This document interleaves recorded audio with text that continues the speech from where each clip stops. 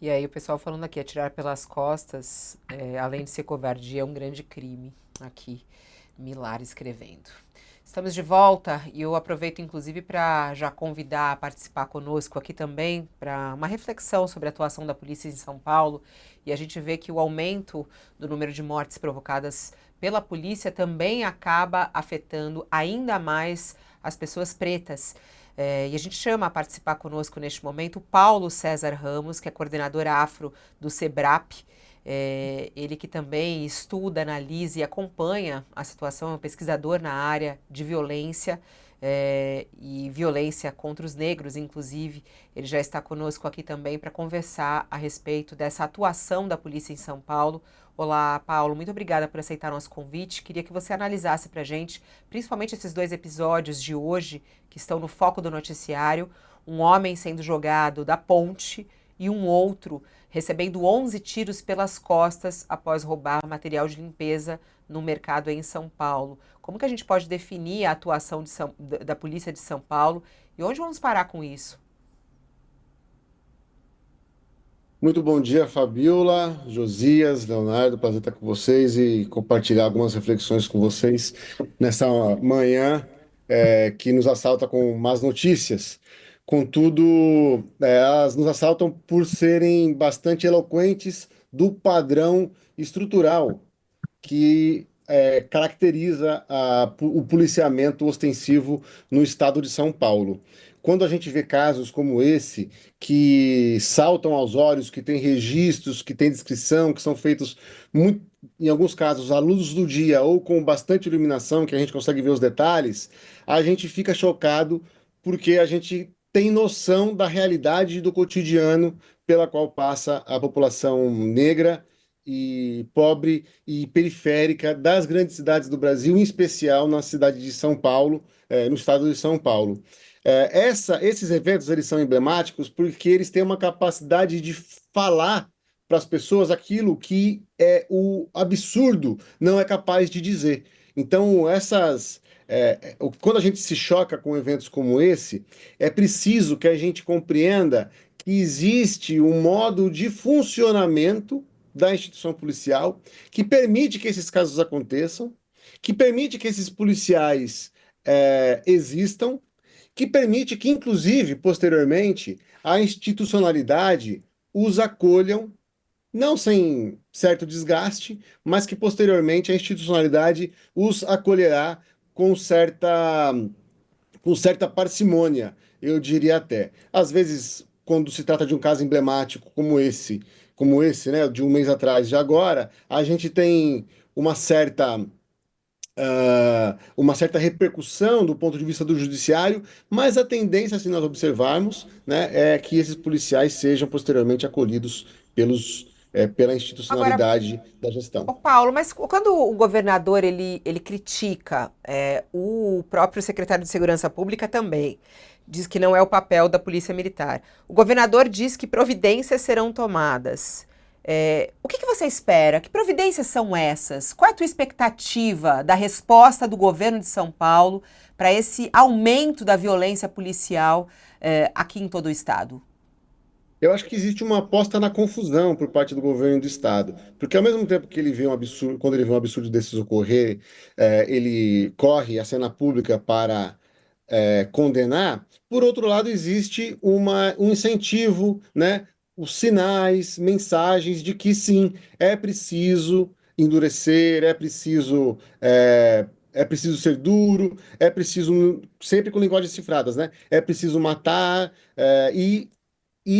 infelizmente, essa dubiedade de autorizar a violência e a brutalidade por um lado e é, correr para condenar publicamente por meio de algumas falas, isso só tem como resultado a vitimização da sociedade e a vitimização dos policiais que estão envolvidos nisso. Porque a gente não pode esquecer que o discurso do policial herói faz do policial o seu primeiro algoz, né? O policial herói é vítima de si mesmo, né? O policial herói é o primeiro algoz de si próprio. Então, é ele que vai pagar por isso também e a sociedade junto consigo, junto com ele. Várias notícias que vão chegando a respeito desses dois casos específicos. Num deles, o tio da vítima, né, que foi morto com 11 tiros pelas costas, diz que foi. Porque o policial disse que foi em legítima defesa, né? Isso daí, ó. Ele escorrega na hora que ele está fugindo, ali porque ele tinha roubado produtos de limpeza. E aí, esse policial que estava de folga tira a arma da cintura e dá vários tiros nas costas dele. E aí o tio desse rapaz diz que foi legítima defesa do racismo. Uhum. E aí eu queria uma análise sua a respeito disso, né, Paulo? Porque a gente sabe que isso é real, né? O racismo que existe no nosso país, o racismo que existe por parte da polícia brasileira, né? Agora, a gente vê, por outro lado, algumas promessas de autoridades tentando combater esse racismo. Aqui em São Paulo, na sua análise, é possível dizer que o racismo policial aumentou? É possível dizer que o racismo policial aumentou justamente porque a polícia, como ela se está estruturada hoje no estado de São Paulo, ela é um produtor de racialização, né?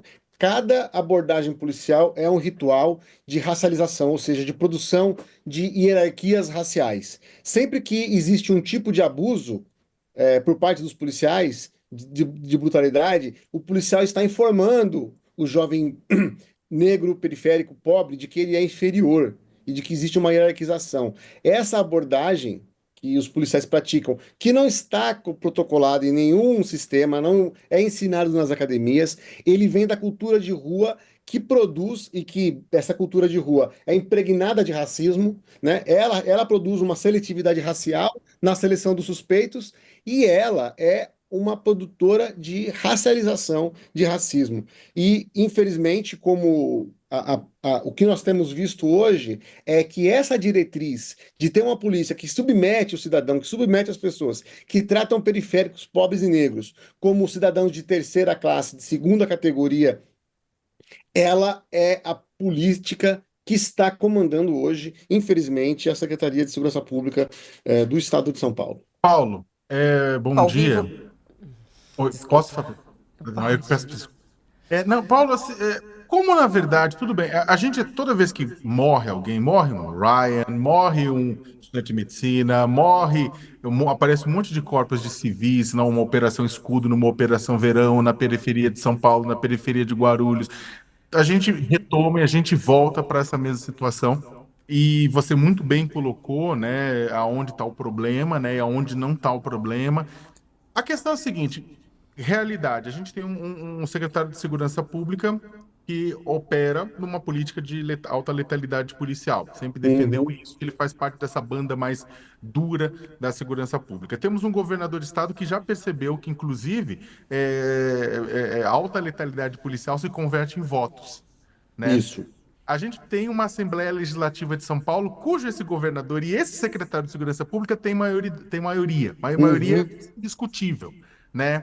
E temos uma população em São Paulo em que, infelizmente, vê contagem de corpos como sinônimo de efetividade de segurança pública. O que fazer, então? Olha, eu não vejo, não é apenas a contagem de corpos, é também o encarceramento, que tem o mesmo efeito deletério e dissuasivo do tecido social que uma morte, que uma operação policial possui. O encarceramento em massa, o alto número de homicídios e a letalidade policial de São Paulo, que é uma das mais altas do Brasil e do mundo, não adianta comparar com o Rio de Janeiro, certo? Que também é outro fora do padrão, né?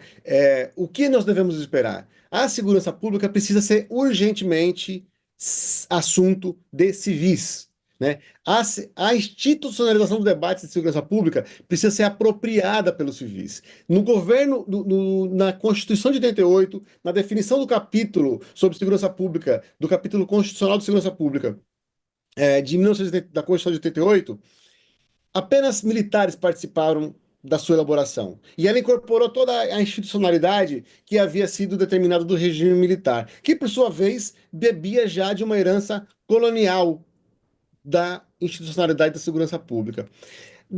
Na Constituição, na Alesp, na Assembleia Legislativa do Estado de São Paulo, a Comissão de Segurança Pública só possui uma pessoa civil, que é a deputada Ediane Maria do PSOL, né? É preciso que nós, civis, ocupemos debates sobre segurança pública. É preciso, por outro lado, dar cidadania aos policiais. Né? É preciso que a gente crie programas de letramento sobre segurança pública. É preciso explicar para o cidadão o que é o uso progressivo da força, que o policial que atira nas costas não é algo que pode passar pela possibilidade de ser algo razoável. Né? Que jogar, saltar, que o tiro é só o último recurso de um conflito que o policial pode evitar de outras formas. Então, eu vejo, Sakamoto, que a única saída é a ação civis ocuparem o debate sobre segurança pública no Brasil e aumentar radicalmente o controle social externo sobre as instituições de segurança e justiça. Para quem está conosco na TV, mais um intervalo. Voltamos em instantes. Para quem está conosco no YouTube, a gente permanece por aqui. Paulo, gostaria de agradecer imensamente sua participação ao vivo aqui no nosso All News, com essa reflexão num dia tão difícil, de mais violência. Até uma próxima oportunidade. Até, um abraço, eu que agradeço. Agora são 11 horas e 55 minutos, a gente tem várias reportagens falando sobre isso e muita repercussão também nas redes sociais.